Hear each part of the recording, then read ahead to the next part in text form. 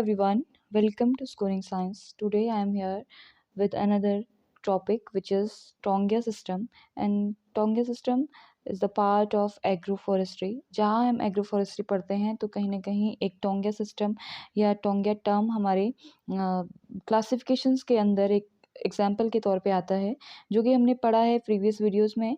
Previous video जब हम classification कर रहे थे तो वहाँ पे एक एग्री सिल्वी कल्चर के बारे में हमने पढ़ा था, जो कि एक एग्रो फॉरेस्ट्री का ही क्लासिफिकेशन है।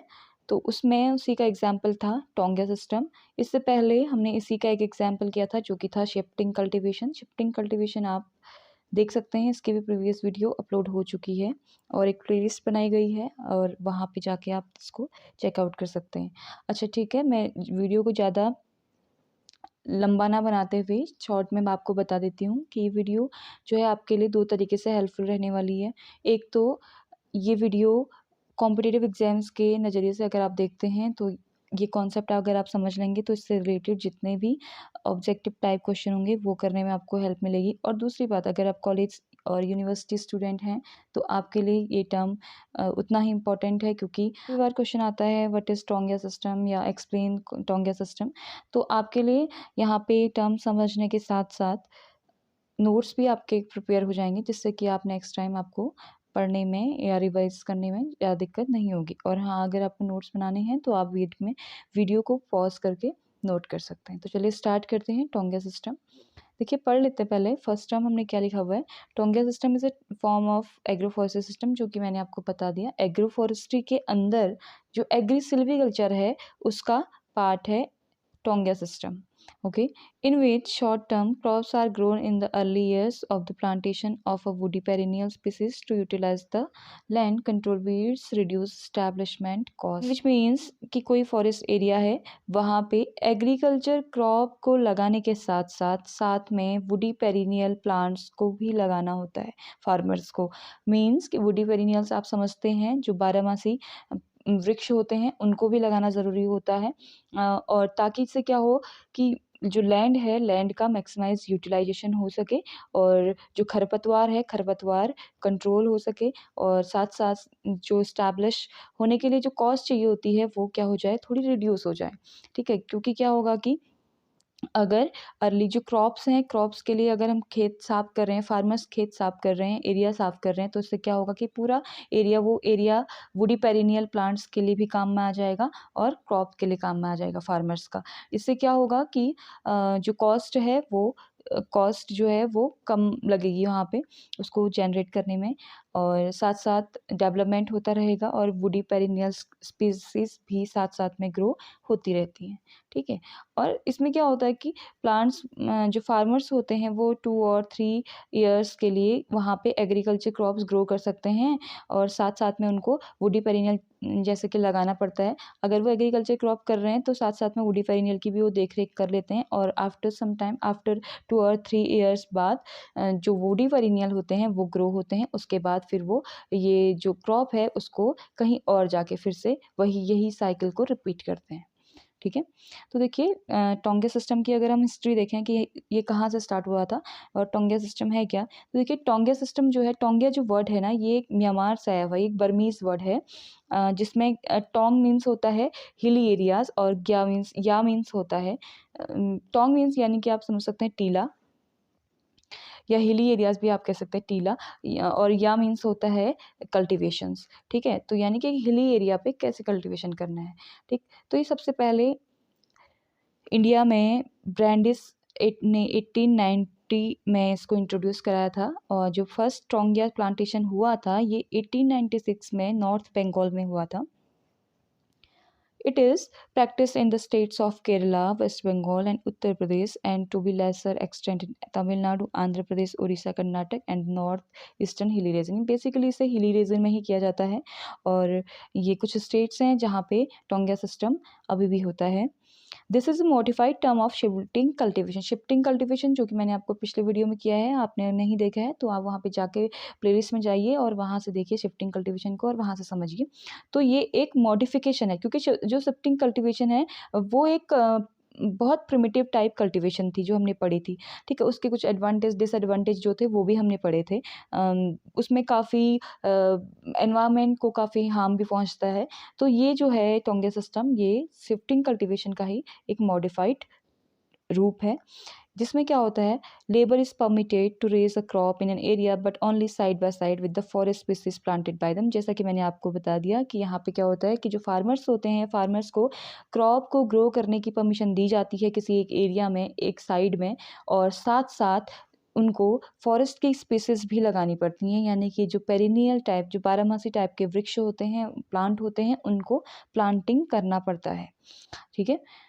फिर देखते हैं, cultivators are given the right to cultivate crops during the early stages of forest plantation establishment. देखिए, जब तक जो फॉरेस्ट प्लांटेशन है वो उनको केयर की ज़रूरत है, लाइक 1 to 3 ईयर्स के बीच में उनकी प्रॉपर केयर हो सके, तब तक का उनको भी एक राइट दिया जाता है कि वो एक उसी के जस्ट बगल में एग्रीकल्चर क्रॉप या अपना जो जो भी छोटा सा है एग्रीकल्चर क्रॉप या जितना जो भी क्रॉप्स आप उगाना चाहते हैं, रेस कर सकते हैं। एक बार अगर जो क्रॉप है, फॉरेस्ट क्रॉप है, वो थोड़ी ग्रो हो जाती है तो फिर उनको यहाँ से फिर जाना पड़ता है और कहीं और जाके फिर से यही सब चीज़ें रिपीट करनी पड़ती हैं कल्टीवेटर्स को। The cultivation of crops continue until the tree start shedding the crops.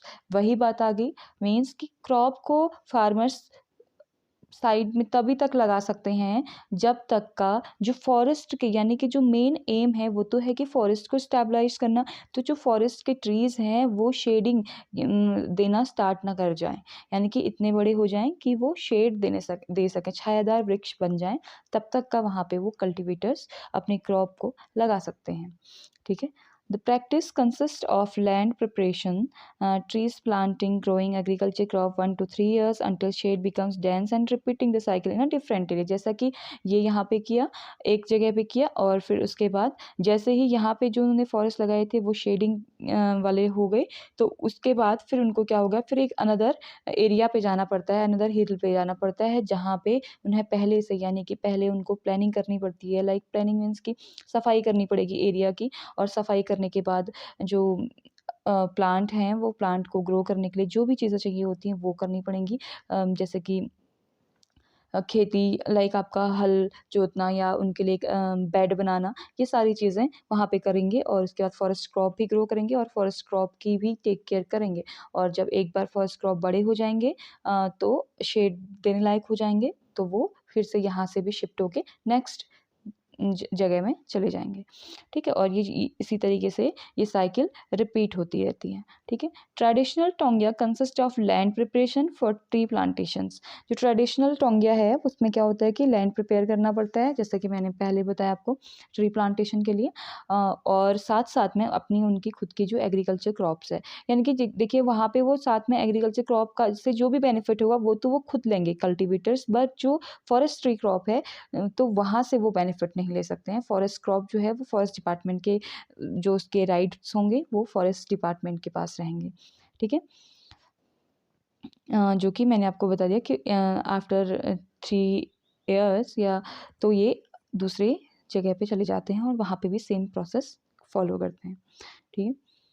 अब देखिए हम लोग टाइप्स ऑफ टोंगिया पढ़ते हैं, कितने टाइप की टोंगिया खेती होती है। तो सबसे फर्स्ट है डिपार्टमेंटल टोंगिया, हिंदी में कहें तो विभागीय टोंगिया जैसे कहते हैं। इसमें क्या होता है, agriculture crops and plantation are raised by the forest department. Forest department की तरफ से एग्रीकल्चर क्रॉप और साथ साथ में उनके साथ में जो फॉरेस्ट क्रॉप है उसको ग्रो किया जाता है by employing daily paid labours, यानी कि लेबर्स की हेल्प से, यानी कि जो आसपास के विलेजर्स हैं उनकी मदद से नहीं, बल्कि जो पेड हैं उनको पेड करना पड़ता है, तो वहाँ से उनके हेल्प से ये एग्रीकल्चर क्रॉप को ग्रो करते हैं, और साथ साथ में जो फॉरेस्ट क्रॉप है वो ग्रो होती है और keeps the land free of unwanted vegetation. जो भी अवांछित वेजिटेशन है, प्रजातियां हैं, जैसे कि वीडिंग वगैरह हो गई, या जो संक्रमण टाइप की जो प्रजातियां होती हैं उससे फ्री करके लैंड को फर्टाइल बनाते हैं, ठीक है। ये तो होगी डिपार्टमेंटल टोंगिया जिसमें कि वो पे करते हैं, ठीक है।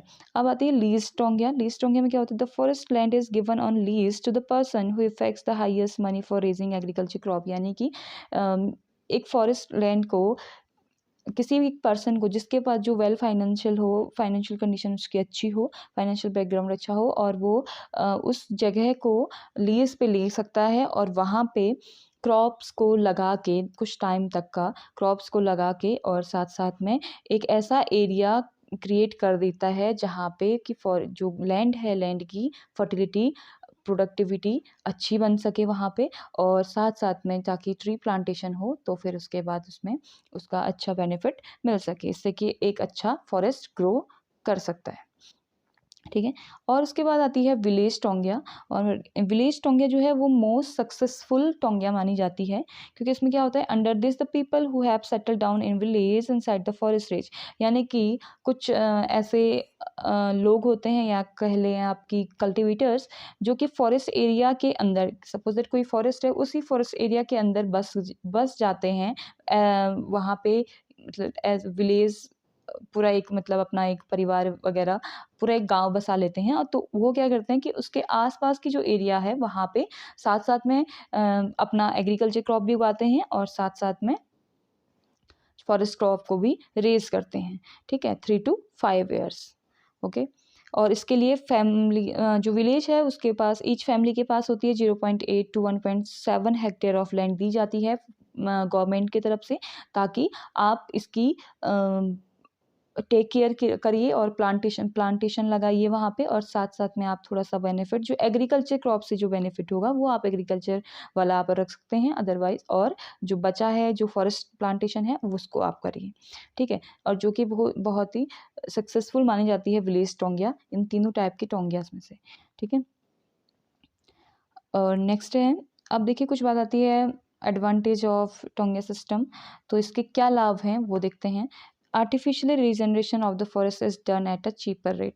देखिए जो जंगल है, जंगल का जो आर्टिफिशियल तरीके से रीजनरेशन होता है वो बहुत ही सस्ते रेट में हो जाता है, क्योंकि उसमें क्या है, विलेजर्स को या कल्टीवेटर्स को आप एक लैंड भी दे रहे हैं जिससे उनका भी बेनिफिट हो रहा है, और साथ-साथ में जो फॉरेस्ट प्रोडक्शन है, फॉरेस्ट का डेवलपमेंट है वो भी हो रहा है, वहाँ पे एक वेल फॉरेस्ट बनाया जा रहा है, ठीक है?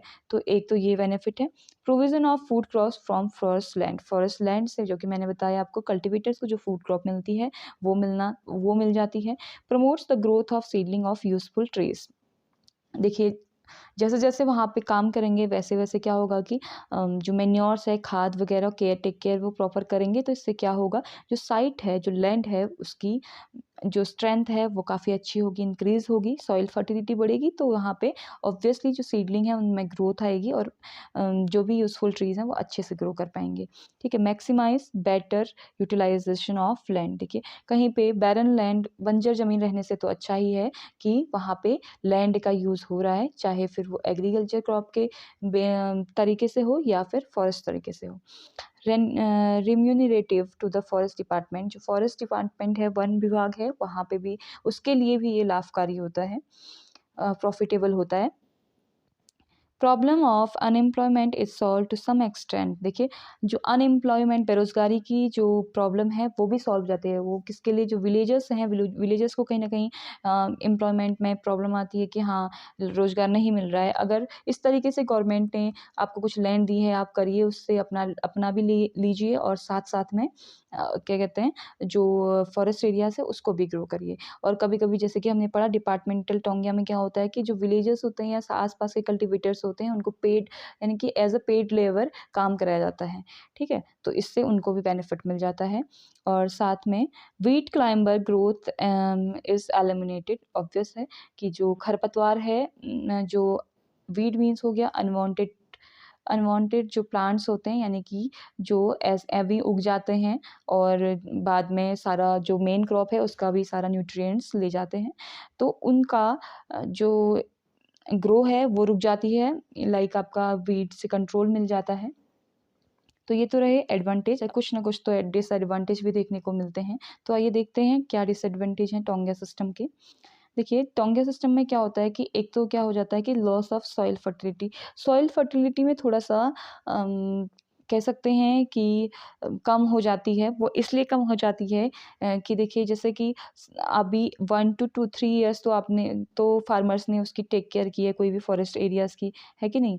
और उसके बाद क्या हुआ कि 1 टू 3 इयर्स के बाद उनको क्या होता है कि कहीं दूसरी जगह में जाना पड़ता है और फिर से स्टार्टिंग जहाँ पे कुछ भी नहीं हो रहा है, वहाँ से स्टार्ट करना पड़ता है। तो इससे क्या होता है कि बाद में जो सॉइल फर्टिलिटी है, बाद में तो की कोई इतनी टेक केयर नहीं हो पा रही है अगर, तो इससे क्या होता है सॉइल फर्टिलिटी कम होने के चांसेस होने लगते हैं।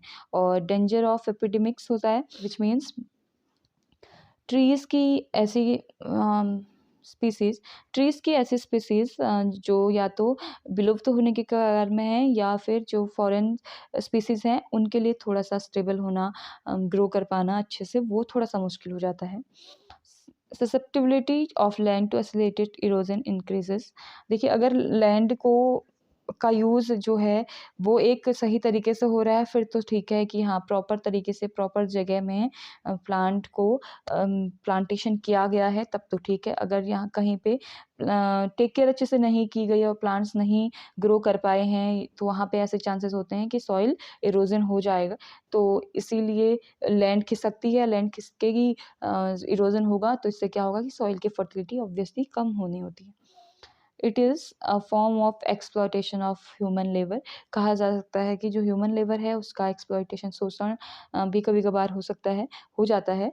तो इस तरीके से ये कुछ डिसएडवांटेजेस हैं टोंगिया सिस्टम के, जो कि हमने टोंगिया सिस्टम को अलग-अलग जगह पे अलग-अलग नाम से भी जाना जाता है, जैसे कि इंडिया के कुछ स्टेट्स में बताया कि वहाँ पे टोंगिया सिस्टम होता है और ये मेनली जो होता है हिली एरियाज़ में होता है, हिल्स में ही होता है, तो इसलिए इसको हिल कल्टीवेशन भी कहा जाता है, ठीक है?